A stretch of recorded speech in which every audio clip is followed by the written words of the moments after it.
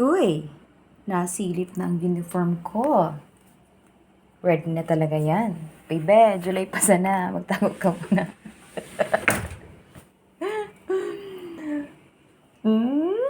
Baka turog na kita.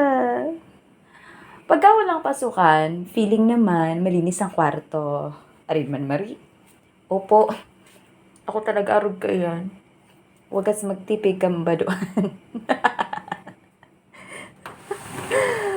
Ay, mariray. Pagpasok mo pa lang sa aking kwarto, yun ang makikita mo. Ang aking sekreto. May ray ang lotion ko. Nagugurang na kaya nagdadry na. Ay, oh my God. Ready na po ako sa pasukan. Kasi sawang-sawa na po ako sa gawaing bahay. Maghugas, maglaba, magwalis. My God. Okay, so yan. Ang kwarto ko, makikita nyo, meron niyang walis tambo. Gusto ko, digdesanan sa kwarto ko. Hindi mga pagdadatan, magkakagulo kita. I also wanna share my table. Okay, so, ang kwarto ko, mahihiling manindo, may inuman dapat yan. Nata, pagkabanggi, nasasamid ako, nag-aarabo, kaya kay Puan may inumon. Uy, naalala mo na nagbigay ka nito sa akin? Kiris, ni Ulot. Supposedly, kay Wakin ini, pero since berde, green ini, inangkin kang tita.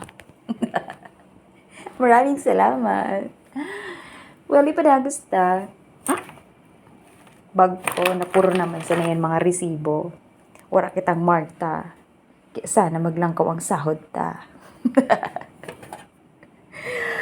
Ayaw sila ko kay Permisin Silyo. OMG. May ironti para man kita. Siyempre, nagugurang na. May extra bed kita. Kasi you're very welcome na pumunta dito sa aking kwarto.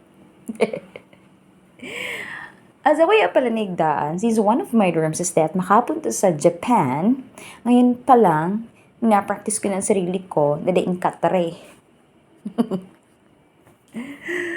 Punta tayo dito sa isa sa mga rason kung bakit nalilate ako. Siyempre, pipili pa ako ng hikaw, kung anong hikaw ang aking isusuot for that damit.